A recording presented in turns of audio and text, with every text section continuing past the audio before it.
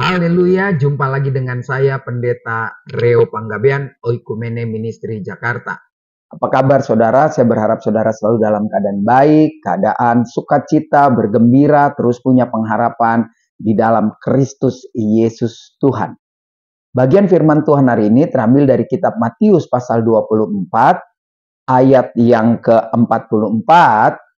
Bagian ini adalah akhir dari di mana Tuhan Yesus mengingatkan agar setiap kita harus berjaga-jaga dalam segala keadaan. Karena kita tidak tahu kapan waktunya Tuhan datang kembali. Oleh karena itu terus persiapkan diri kita, atur diri kita sedemikian rupa agar kita tidak kaget kalau suatu ketika sangkakala berbunyi di waktu yang tidak terduga.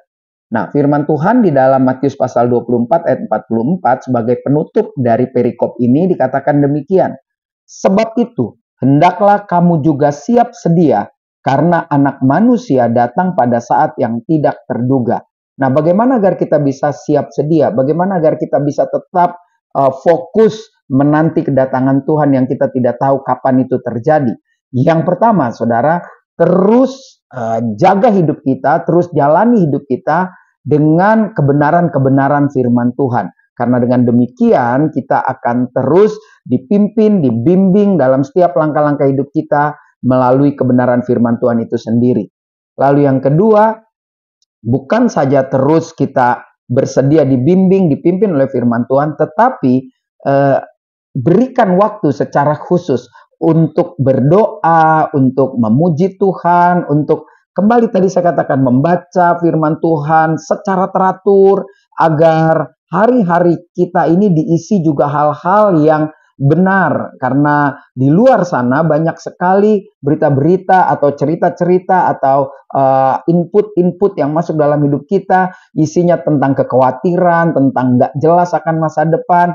Namun dengan firman Tuhan, saudara lebih di-drive, lebih tahu apa yang harus kita lakukan ke depan. Jadi yang pertama hidup terus dengan kebenaran firman Tuhan. Yang kedua beri waktu untuk berdoa, membaca firman Tuhan, merenungkan firman Tuhan.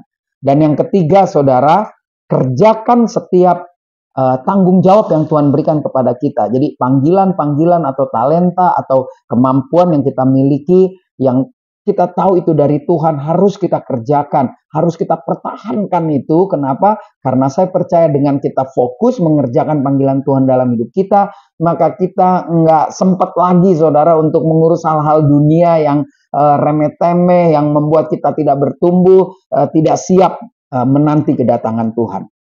Jadi saya percaya saudara dan saya mulai hari ini terus lebih dan lebih lagi mempersiapkan diri menanti kedatangannya Dia untuk menjemput kita, anak-anaknya. Saya Pendeta Reo Panggabean, Oikumene Ministry Jakarta. Sampai jumpa pada perenungan berikutnya. Tuhan Yesus memberkati.